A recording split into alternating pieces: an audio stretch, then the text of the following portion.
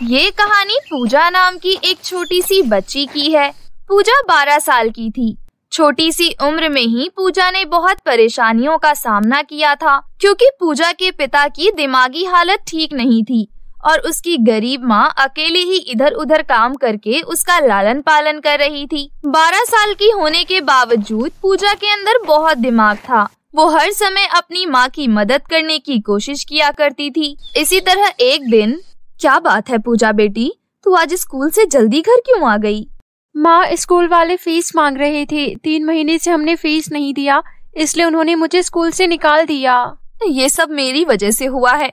मैं तेरी पढ़ाई का खर्चा भी ठीक से नहीं उठा पा रही हूँ। इसमें आपकी क्या गलती है माँ? आप तो अपनी तरफ से बहुत मेहनत करती हो। कोई बात नहीं, आप मेरा सरकारी स्कूल में नाम लिखवा दो। मैं सरकारी स्कूल में पढ़ाई कर लूंगी। पढ़ने वाले बच्चे किसी भी स्कूल में पढ़ लेते हैं।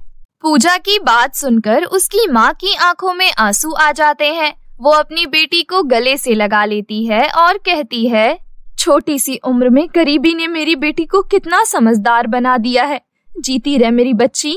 अगले दिन पूजा की माँ उसका दाखिला एक सरकारी स्कूल में करवा देती है। पूजा खुशी खुशी वहाँ पर पढ़ने लगती है।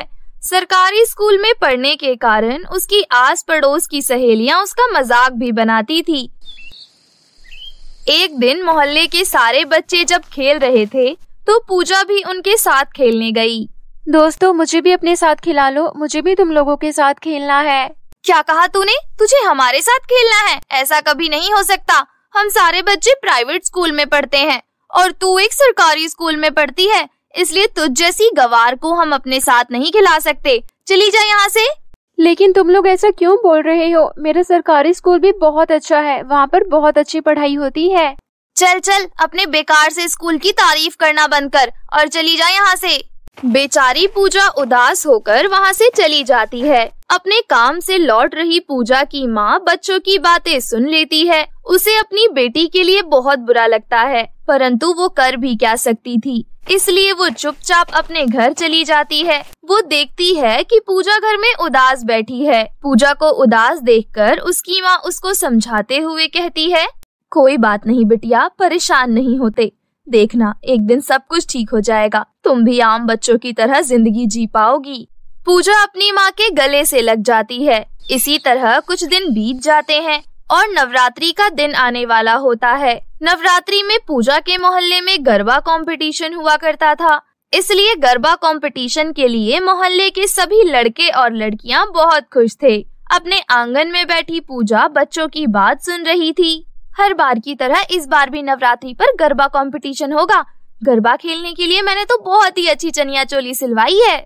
मेरी मम्मी ने कहा है कि इस बार वो मेरे लिए चनिया चोली सिलवाएगी नहीं, बल्कि मेरे पापा शहर से रेडीमेड लेकर आएंगे। वैसे वो देखो, पूजा वहाँ बैठकर हमारी बातें सुन रही है। बातें सुनने के अलावा पूजा कर भी क्या सकती है, क्योंकि उसके घर में तो खाना खाने लायक भी पैसे नहीं होते, तो वो गरबा कंपटीशन के लिए चनिया चोली कहाँ से खरीद पाएगी। वो तो अपने पुराने कपड़ों में ही गरबा खेलेगी। तुम बिल्कुल सही कह रही हो। हम इस पूजा की बच्ची के साथ गरबा नहीं खेलेंगे, हम अलग से खेलेंगे, ठीक है? उन दोनों की बातें सुनकर पूजा कहती है, तुम दोनों अपनी बकवास बंद करो। कब से देख रही हूँ कुछ भी बोली जा रही हो। इस बार नवरात्रि पर देखना, मेरी चनिया चोली इतनी खूबसूरत होगी कि तुम लोग देखते रह जाओगी, और इस बार का गरबा कंपटीशन मैं ही जीतूंगी। रहने दे, झूठ थोड़ा कम बोल, क्योंकि तेरे घर में तो इतने पैसे भी नहीं है कि तुम 2 वक्त का अच्छे से खाना खा सको। ऐसे में तेरी मम्मी तुझे इतना सुंदर चनिया चोली कैसे दिलवा सकती है? तुम सही कह रही हो। मेरे पापा और मम्मी आपस में बात कर रहे थे कि पूजा की मम्मी ने अभी तक हमारी उधारी के पैसे वापस नहीं किए। ऐसा कहकर दोनों बच्चियां पूजा पर हंसने लगती हैं और उसका मजाक बनाने लगती हैं। उन दोनों को खुद पर हंसता देख पूजा की आंखों में आंसू आ जाते हैं और वो कहती है, तुम दोनों देख लेना, मैं सच में इस बार नवरात्रि में बहुत सुंदर चनिया चोली पहनकर गरबा खेलूंगी। पूजा को रोता हुआ देखकर उसका पिता वहाँ आता है और दोनों लड़कियों पर जोर जोर से चिल्लाने लगता है, अरे तुम दोनों ने मेरी बेटी को रुला दिया, अब मैं तुम दोनों को मारूंगा, छोड़ूंगा नहीं मैं तुम दोनों को। ऐसा कहकर पूजा का पिता हाथ में ईंट उठा लेता है। वो दोनों लड़कियां बहुत डर जाती हैं। बहन भाग यहाँ से, इस पागल का कोई भरोसा नहीं है, ये सच में हमें मार सकता है। दोनों लड़कियां भागने लगती हैं। पूजा का पिता उनके पीछे जैसे ही भागने वाला होता है, पूजा अपने पिता का हाथ पकड़ लेती है। जाने दो पापा, इतना गुस्सा करना अच्छी बात नहीं होती है। वो दोनों भी तो छोटी है ना, और आप तो मेरे अच्छे पापा हो। मैं उन दोनों की चोटी खींचकर मारूंगा, एक बार में ही दोनों ठीक हो जाएंगी। ओहो पापा, बहुत जिद करते हो आप। अच्छा ये सब छोड़ो, आप ये बताओ कि आप यहाँ पर क्या कर रही हो? मम्मी खाना खाने के लिए तुझे बुला रही है। मैं तो तुझे बुलाने आया था। चल जल्दी, नहीं तो मम्मी हम दोनों को मारेगी। पूजा के पिता चाहे जैसे भी थे, पूजा अपने पिता से बहुत प्यार करती थी। वो अपने पापा के साथ घर पहुंच जाती है। घर पर उसकी माँ उससे कहती है, क्यों री, सुबह से कहाँ गायब है तू? सुबह से अन्न का एक दाना भी नहीं खाया है तूने। पूजा अपनी माँ की बातों का कोई जवाब नहीं देती, क्योंकि उसका ध्यान तो एक सुंदर चनिया चोली की तरफ था। अरे पूजा, मेरी बातों का जवाब क्यों नहीं दे रही है? कहाँ खोई हुई है तू? सुबह से कहाँ घूम रही है? कहीं नहीं मम्मी, गांव में ही घूम रही थी। मम्मी कुछ कहना है। मम्मी सुनो ना मम्मी। बोलेगी भी या सिर्फ मम्मी मम्मी करती रहेगी? नवरात्रि आने वाली है, सभी लोग नवरात्रि में नई चनिया चोली पहनकर गरबा खेलेंगे। मुझे भी नई चनिया चोली चाहिए। पिछले साल ही तो मैंने तुझे एक चनिया चोली दिलवाई थी, वही पहन लियो। मम्मी वो 1 साल पहले की चनिया चोली है, मुझे छोटी आती है। मुझे नहीं पता, मुझे नई चनिया चोली ही चाहिए। इतनी मेहनत करने के बाद भी 2 वक्त के खाने का पैसा नहीं जुटा पा रही हूँ मैं, और इस महारानी को हर साल एक नई चनिया चोली चाहिए। मेरे पास कोई पैसे नहीं है, तुझे कोई नई चनिया चोली नहीं मिलेगी। वहाँ बैठा पूजा का पिता सारी बातें सुन रहा था। वो कहता है, मेरी बेटी को नई चनिया चोली चाहिए, मेरी बेटी को नई चनिया चोली दिलवा दो। तू तो चुप करके बैठ जा, बहुत करोड़पति है तो तू ही दिलवा दे इसको चनिया चोली। हाँ मैं दिला दूंगा, पूजा को नई चनिया चोली दिलवा दूंगा। पूजा को नई चनिया चोली चाहिए, मेरी बेटी को नई चनिया चोली चाहिए। यही वाक्य दोहराते दोहराते बिरजू घर से बाहर चला जाता है। पता नहीं अब ये कहाँ चला गया। परेशान हो गई हूँ मैं तुम दोनों बाप बेटी से। अरे सुनो जी, वापस आ जाओ। लेकिन बिरजू वापस नहीं आता और वही वाक्य दोहराते दोहराते जंगल तक पहुँच जाता है। वो पूरे रास्ते एक ही बात बोल रहा था, पूजा को चनिया चोली चाहिए, मेरी बेटी को चनिया चोली चाहिए। बिरजू एक नदी के पास से गुजर रहा था। तभी वो देखता है कि नदी किनारे एक सुनहरी मछली पड़ी हुई है। वो बिरजू से मदद मांगने लगती है। बिरजू, बिरजू मेरी मदद करो बिरजू, मैं नदी की लहरों से बाहर आ गई हूँ, मैं मर जाऊंगी, मुझे नदी में छोड़ दो बिरजू। पूजा को चनिया चोली चाहिए, पूजा को चनिया चोली चाहिए। बिरजू मछली को देखता है, लेकिन बिना कुछ किए आगे बढ़ जाता है। मछली बिरजू को रोकने की बहुत कोशिश करती है। रुक जाओ बिरजू, मैं तुम्हें बहुत सारा पैसा दूंगी, सोना चांदी सब कुछ दूंगी, लेकिन रुक जाओ, मेरी मदद करो। मैं तुम्हारी मदद नहीं करूँगा, पूजा को चनिया चोली चाहिए, मुझे चनिया चोली लाना है। मछली बिरजू को बहुत सारा धन दौलत का लालच देकर रोकने की कोशिश करती है, लेकिन बिरजू नहीं रुकता। तभी मछली कहती है, अच्छा रुको, मैं पूजा के लिए तुम्हें बहुत सुंदर चनिया चोली दूंगी। चनिया चोली का नाम सुनते ही बिरजू रुक जाता है और वापस सच में, अगर तुमने मुझे नदी में छोड़ दिया तो मैं पूजा के लिए तुम्हें चनिया चोली दूंगी। तुम सच कह रही हो ना? हाँ बिरजू, मैं बिल्कुल सच कह रही हूँ। बिरजू उस मछली को नदी में छोड़ देता है। तभी वो मछली एक बहुत खूबसूरत परी में बदल जाती है और हवा में उड़ने लगती है। बिरजू, तुम बहुत ही साफ दिल के इंसान हो। हाँ, लेकिन तुमने कहा था तुम चनिया चोली दोगी, पूजा को चनिया चोली चाहिए। हाँ बिरजू, मैं पूजा के लिए तुम्हें चनिया चोली जरूर दूंगी, लेकिन तुम बताओ तुम्हें इसके अलावा भी कुछ और चाहिए? नहीं, मुझे बस चनिया चोली ही चाहिए। परी मुस्कुराने लगती है और जादू से वहाँ पर एक सोने का चनिया चोली प्रकट हो जाता है। ये तो बहुत सुंदर चनिया चोली है, ठीक है मैं जाता हूँ। बिरजू सोने की चनिया चोली लेकर घर आ जाता है। बेटी देख, मैं तेरे लिए चनिया चोली लाया हूँ। इतना सुंदर चनिया चोली देखकर पूजा अपने पिता को गले से लगा लेती है। पूजा की माँ चनिया चोली को बहुत ध्यान से देख रही थी। उसे पता चलता है कि वो तो सोने का है। ये चनिया चोली तो सोने की है, तुम्हें ये कहाँ से मिल गई? बिरजू ने सारी बात अपनी पत्नी को बताई। पूरा परिवार बहुत खुश हो गया। नवरात्रि में पूजा सोने की चनिया चोली पहनकर गरबा खेलने गई। पूजा ऊपर से नीचे तक बहुत चमक रही थी। सभी का ध्यान पूजा के ऊपर ही था। उन दोनों लड़कियों का भी, जो उसका बहुत मजाक बनाया करती थी। वाओ, पूजा की चनिया चोली कितनी सुंदर है और इस चनिया चोली में पूजा कितनी सुंदर लग रही है। सच में पूजा आज किसी हीरोइन की तरह लग रही है। पूजा चनिया चोली पहनकर गरबा खेलती है और गरबा कंपटीशन में जीत जाती है। उस दिन पूजा बहुत खुश होती है। उस चनिया चोली को पहनकर पूजा जब अपने घर जाती है तो उसके चनिया चोली में से ढेर सारे सोने के सिक्के निकलने लगते हैं। देखते ही देखते वहाँ पर सोने के सिक्कों का एक छोटा सा पहाड़ बन जाता है, जिसे देखकर पूजा का परिवार बहुत खुश होता है। उस सोने को बेचकर पूजा के परिवार की आर्थिक स्थिति ठीक हो जाती है। पूजा की माँ पूजा का एडमिशन एक बहुत महंगे प्राइवेट स्कूल में करवा देती है और साथ ही साथ अपने पति का इलाज भी करवाती है। कुछ सालों के इलाज के बाद पूजा के पिता बिल्कुल ठीक हो जाते हैं और वो भी मेहनत करके पैसे कमाने लगते हैं और इस तरह वो पूरा परिवार एक सुखमय जीवन जीने लगता है। जादुई गोल्डन टोकरी का जादू। एक बार की बात है, हरिनगर नाम के एक गांव में साधना अपनी 2 बेटियों के साथ रहती थी। साधना की बड़ी बेटी का नाम प्रियंका था, जो कि 19 बरस की थी, और उसकी छोटी बेटी का नाम प्रीति, जो कि 10 बरस की थी।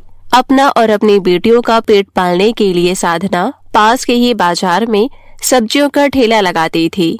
साधना सब्जियों को अपने आंगन में ही उगाती थी। खेती के लिए साधना के पास बहुत थोड़ी सी जमीन थी। वो जितनी भी सब्जियां उगाती थी वो उन्हें अपने ठेले पर रखकर बाजार में बेच दिया करती थी। साधना के ऊपर अपनी दोनों बेटियों की जिम्मेदारी थी। सारा दिन मेहनत करने के बाद भी साधना इतने पैसे नहीं कमा पाती थी कि उसके पूरे परिवार का पेट भर सके। एक दिन की बात है, साधना की छोटी बेटी प्रीति अपनी कुछ सहेलियों के साथ ठेले के ऊपर खड़े होकर खेल रही थी, लेकिन तभी वो ठेला पुराना होने की वजह से टूट गया। जब ये बात साधना को पता चली तो वो गुस्से में बाहर आई। हे भगवान, अब बस यही बाकी रह गया था। प्रीति, कितनी बार समझाया है मैंने तुम्हें कि ठेले के ऊपर चढ़कर मत खेला करो। तुमने अपनी सहेलियों के साथ मिलकर क्या कर दिया? इधर आ, आज मैं तुझे नहीं छोड़ूंगी। प्रीति ने अपनी सहेलियों के साथ ठेले पर खेलकर ठेला तोड़ दिया था। ये सब देखकर साधना को बहुत गुस्सा आ रहा था। वो हाथ में एक छोटा सा डंडा लेकर प्रीति की तरफ बढ़ती है, लेकिन तभी उसकी बड़ी बेटी प्रियंका उसे रोक लेती है। ये क्या कर रही हो माँ तुम? छोटी बच्ची है वो। देख तो जरा इसने क्या किया है। अब तू ही बता, कैसे लेकर जाऊंगी मैं सब्जियों को बाजार में और किस पर रख कर बेचूंगी? प्रीति, तुमने सच में बहुत बड़ी गलती की है। चलो माँ से माफी मांगो। माफ कर दो माँ, हम लोगों ने जानबूझकर ये सब नहीं किया। हम तो बस खेल रहे थे, पता नहीं कैसे ठेला टूट गया। प्लीज मुझे माफ कर दो, आगे से ठेले पर चढ़कर कभी नहीं खेलूंगी। अब क्या फायदा, अब ठेला बचा ही कहाँ है जो तुम उस पर चढ़कर खेलोगी। सालों पुराना ठेला था, किसी तरह इससे ही काम चला रही थी। अब तो इसकी मरम्मत कराने में भी बहुत पैसा लगेगा, वो भी नहीं करवा सकती, और नया ठेला लेने के बारे में तो सोच भी नहीं सकती। इतने पैसे कहाँ है हमारे पास। साधना उदास होकर वहाँ से चली जाती है और अपने सब्जियों के खेत में जाकर सब्जियां तोड़ने लगती है। तभी प्रियंका अपनी माँ के लिए एक प्लेट में खाना लेकर वहाँ आती है और बोलती है, सुनो माँ, उदास मत हो। ऊपर वाला जब मुसीबत देता है तो उसका हल भी वही निकालता है। कुछ न कुछ समाधान निकल जाएगा। अब आप चिंता छोड़ो और ये खाना खा लो। यही रख दे, खा लूंगी थोड़ी देर में। प्रियंका खाना वहीं रखकर घर के अंदर चली जाती है। साधना सारी सब्जियां तोड़कर जमीन पर रख लेती है और हाथ धोकर जैसे ही खाने की तरफ बढ़ती है, तभी वहाँ पर एक साधु बाबा आ जाते हैं और साधना से कहते हैं, बेटी, इस साधु को कुछ खिला दे बेटी, भगवान तेरा भला करेगा। दूर के जंगल से पैदल चलकर आ रहा हूँ, बहुत भूख लगी है। इस भूखे का पेट भर दे बेटी, ब्राह्मण का आशीर्वाद कभी व्यर्थ नहीं जाता। भगवान क्या ही भला करेगा साधु बाबा, उसने तो सारी मुसीबत मेरे नसीब में ही लिखी हुई है। खैर, मैं आपको भूखा नहीं जाने दूंगी, लीजिए ये खाना खा लीजिए। साधना साधु बाबा को अपना खाना दे देती है। साधु बाबा खुशी खुशी वो खाना खा लेते हैं और फिर साधना से कहते हैं, बेटी, तू और तेरी बेटी सच में बहुत अच्छी है। मैं जंगल से जब भी आता हूँ तो यहाँ पर खाने के लिए बोलता हूँ, लेकिन कभी भी तुम दोनों ने मुझे भूखे पेट यहाँ से नहीं जाने दिया। देखना बेटी, भगवान तेरी जरूर सुनेगा। हाँ बाबा, भगवान मेरी तो नहीं सुन रहे, क्या पता आपकी ही सुन ले। अगर कोई बात है तो बता बेटी, क्योंकि तू बहुत ज्यादा परेशान लग रही है। साधना अपनी सारी परेशानी साधु बाबा को बता देती है। साधना की बात सुनकर साधु बाबा मुस्कुराते हैं और वहाँ से चले जाते हैं। थोड़ी देर बाद साधु बाबा वापस आते हैं। साधु बाबा के हाथ में एक गोल्डन कलर की टोकरी थी। वो उस टोकरी को साधना को देते हुए उससे कहते हैं, ये ले बेटी, ये टोकरी तू रख ले और इसी में रखकर बेचना अपनी सारी सब्जियां। लेकिन बाबा, ये आप कहाँ से लाए? ये मत पूछ बेटी कि मैं ये टोकरी कहाँ से लाया हूँ। बस मेरे ये किसी काम की नहीं थी। मैंने सोचा तुझे दे दूंगा तो तेरे काम आ जाएगी। लेकिन एक बात हमेशा याद रखना बेटी, जीवन में लालच कभी मत करना। इसी तरह अपना मन हमेशा साफ रखना। बहुत बहुत शुक्रिया बाबा, आप नहीं जानते आपने कितनी बड़ी मदद की है मेरी। साधु बाबा साधना के सर पर हाथ रखकर उसे आशीर्वाद देते हैं और फिर वहाँ से चले जाते हैं। साधना अपनी सारी सब्जियों को उस गोल्डन टोकरी में रख लेती है और फिर उस टोकरी को अपने सर पर रखकर उसे बाजार ले जाती है। उस दिन साधना की सारी सब्जियां बहुत ही तेजी से बिक रही थी। उसे हर तरफ से ग्राहकों ने घेर रखा था। लेकिन हैरानी की बात तो ये थी कि सारा दिन ढेर सारी सब्जियां बेचने के बावजूद शाम को भी साधना की गोल्डन टोकरी सब्जियों से भरी हुई थी। ये सब देखकर साधना को अपनी आंखों पर विश्वास नहीं हो रहा था। ये क्या हो रहा है? मैं तो कब से सब्जी बेच रही हूँ, फिर टोकरी से ये सब्जियां खत्म क्यों नहीं हो रही? कहीं ये कोई सपना तो नहीं है? साधना अपने पैसे देखती है। उसके पास काफी सारे पैसे थे जो उसने सारा दिन वहां बैठकर कमाए थे। हे भगवान, ये क्या जादू है? इतना कहकर साधना ने टोकरी उठाई और अपने घर की तरफ चल दी। रास्ते में उसे कई लोगों ने रोका और उसे सब्जियां खरीदी। लेकिन उसने घर पहुंचकर देखा तो पाया कि अभी भी उसकी गोल्डन टोकरी सब्जियों से भरी हुई है। साधना असमंजस में थी और सब्जी की टोकरी को घूरे जा रही थी। तभी वहां पर उसकी बेटी प्रियंका आ गई और सब्जी से भरी टोकरी को देखकर बोली, ये क्या माँ, आज एक भी सब्जी नहीं बिकी क्या? ये टोकरी तो उतनी ही भरी हुई है जितनी भरी हुई आप सुबह लेकर गई थी। नहीं प्रियंका, ऐसी बात नहीं है। आज तो पूरे दिन ग्राहक आते ही रहे और मैंने खूब सारी सब्जियां बेची। लेकिन कमाल की बात तो ये है कि ये टोकरी अभी भी सब्जियों से भरी हुई है। इतनी देर से मैं यही देख रही हूँ। क्या? ये आप कैसी बात कर रही हो माँ? ऐसा भला कैसे हो सकता है? आपकी तबीयत तो ठीक है ना? हाँ प्रियंका, मैं सच कह रही हूँ। यकीन नहीं होता तो ये पैसे देखो, ये सारे पैसे मैंने सब्जियां बेचकर ही कमाई है। साधना सारे पैसे प्रियंका को दिखाती है। तब जाकर प्रियंका को साधना की बात पर भरोसा होता है। वो अपनी माँ से कहती है, देखा ना माँ आपने, मैं ना कहती थी भगवान हमारी मदद जरूर करेंगे। तभी तो उन साधु बाबा को हमारी मदद के लिए भगवान ने हमारे पास भेज दिया। मुझे तो पूरा विश्वास है कि वो टोकरी कोई साधारण टोकरी नहीं बल्कि जादुई गोल्डन टोकरी है। हाँ प्रियंका, तुम बिल्कुल सही कह रही हो। मुझे भी ऐसा ही लगता है। लेकिन चल एक बार इस टोकरी को खाली करने की कोशिश करते हैं। साधना और प्रियंका दोनों मिलकर उस जादुई गोल्डन टोकरी में से एक एक करके सब्जियां निकालने लगते हैं। लेकिन उन्होंने महसूस किया कि जैसे ही वो एक सब्जी टोकरी से बाहर निकालते थे, उसकी जगह पर वही सब्जी दोबारा वहाँ खुद ब खुद आ जाती थी। वो दोनों माँ बेटी टोकरी में से सब्जी निकालती रही और टोकरी में सब्जियां अपने आप बढ़ती रही। इसी तरह कई घंटे बीत गए और साधना के घर में हर तरफ सब्जियों का ढेर लग गया। वाह प्रियंका, अपनी तो किस्मत ही खुल गई। ये गोल्डन टोकरी तो सच में जादुई है। सही कह रही हो माँ आप। अब तो ठेला क्या है, हम जो चाहें वो खरीद सकते हैं। साधना के पास अभी बेचने के लिए बहुत सारी सब्जियां थी। साधना सब्जी के बड़े व्यापारियों को घर बुलाकर अपने घर की सारी सब्जियां उन्हें बेच देती है। वे लोग खुद ही साधना के घर से सारी सब्जियां उठाकर ले जाते हैं। इस तरह साधना और उसकी दोनों बेटियों की सारी मुसीबतें जादुई गोल्डन टोकरी ने एक ही पल में हल कर दी थी। साधना और प्रियंका दोनों मिलकर रोजाना जादुई गोल्डन टोकरी से बहुत सारी सब्जियां निकालते और फिर उन्हें बेच दिया करते थे। इस तरह कुछ ही दिनों में साधना बहुत अमीर हो गई। अब साधना ने खुद सब्जियां उगाना छोड़ दी और अपने परिवार के साथ एक बड़े से घर में रहने लगी। एक दिन की बात है, साधना अपनी बेटी प्रियंका से कहती है, बेटी, मैं एक बात सोच रही थी। हाँ बोलो ना माँ। अगर इस जादुई गोल्डन टोकरी में सब्जी कभी खत्म नहीं होती तो फिर इसका सामान भी तो कभी खत्म नहीं होता होगा ना। मैं समझी नहीं माँ, आप क्या कहना चाहती हो? प्रियंका, अगर हम इस टोकरी में धन दौलत रखें तो वो भी तो कभी खत्म नहीं होगा ना। हाँ माँ, कह तो आप बिल्कुल सही रही हो, चलो ट्राई करके देखते हैं। ऐसा कहकर प्रियंका अपनी अलमारी से एक हार लेकर आती है और उस सोने के हार को सब्जियों से भरी हुई जादुई गोल्डन टोकरी में डाल देती है। थोड़ी देर बाद जब दोनों माँ बेटी दोबारा उस जादुई गोल्डन टोकरी के पास गई, तभी वो दोनों टोकरी को देखकर चौंक गई। अरे अरे, ये क्या हुआ? देखो माँ, क्या हो गया? साधना टोकरी की तरफ देखती है तो वो देखती है कि टोकरी पूरी तरह से खाली थी। ना तो टोकरी में सब्जियां थी और न ही वो हार जो प्रियंका ने उस टोकरी में डाला था।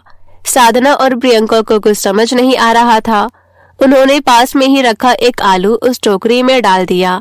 आलू टोकरी में जाते ही अचानक कहीं गायब हो गया। साधना ने ये सब देखकर अपना सर पकड़ लिया। उसको अचानक से साधु बाबा की कही आखिरी बात याद आने लगी। एक बात हमेशा याद रखना बेटी, जीवन में कभी लालच मत करना। साधना समझ गई थी कि उसे उसके लालच की सजा मिली है।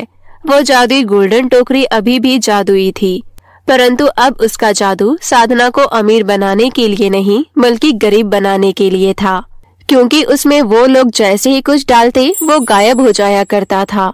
साधना और उसकी बेटी ने उस टोकरी को घर के कोने में रख दिया।